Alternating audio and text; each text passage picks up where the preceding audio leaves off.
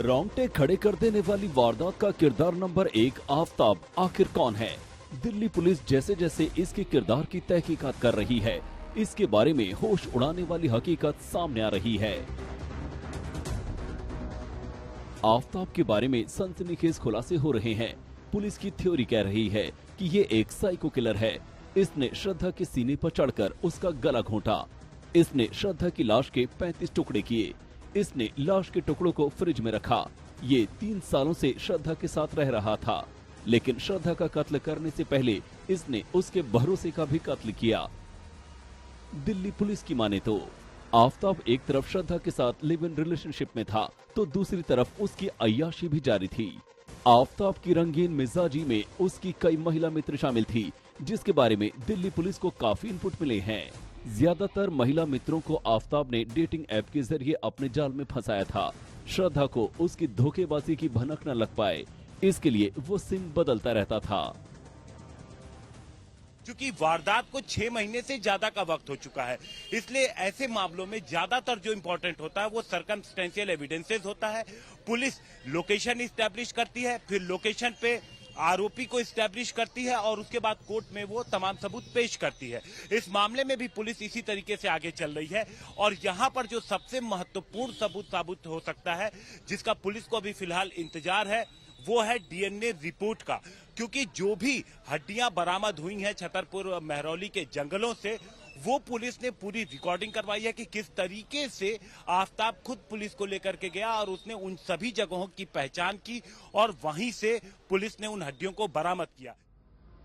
इस शख्स की फितरत को समझिए। ये एक तरफ श्रद्धा के भरोसे से खेल रहा था और दूसरी तरफ महिला मित्रों के साथ अय्याशी का मजा लूट रहा था।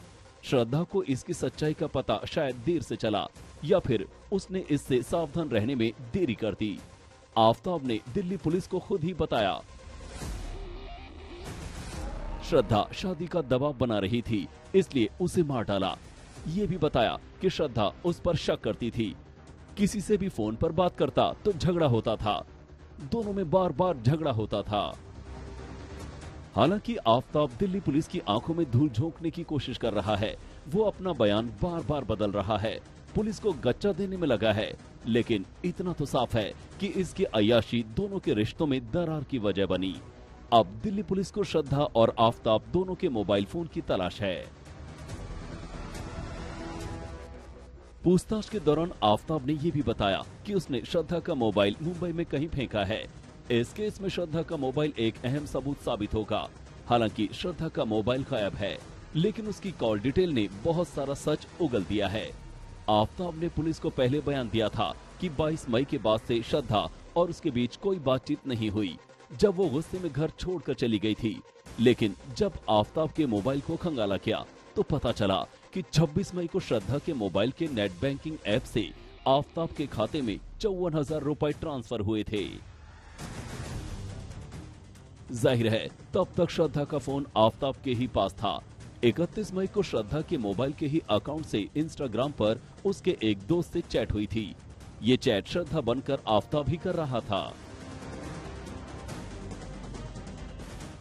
जब इस चैट को लेकर श्रद्धा के मोबाइल को खंगाला किया तो पता चला कि 31 मई को भी श्रद्धा के मोबाइल का लोकेशन छतरपुर ही था।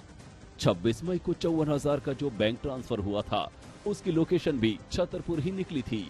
जब आफताब से पूछा गया कि 22 मई को श्रद्धा उससे झगड़ा कर घर छोड़कर चली गई, तो फिर उसके अगले 10 से 15 दिनों तक उसके मोबाइल का लोकेशन छतरपुर ही क्यों आ रहा था, तब आफताब के पास इसका कोई जवाब नहीं था।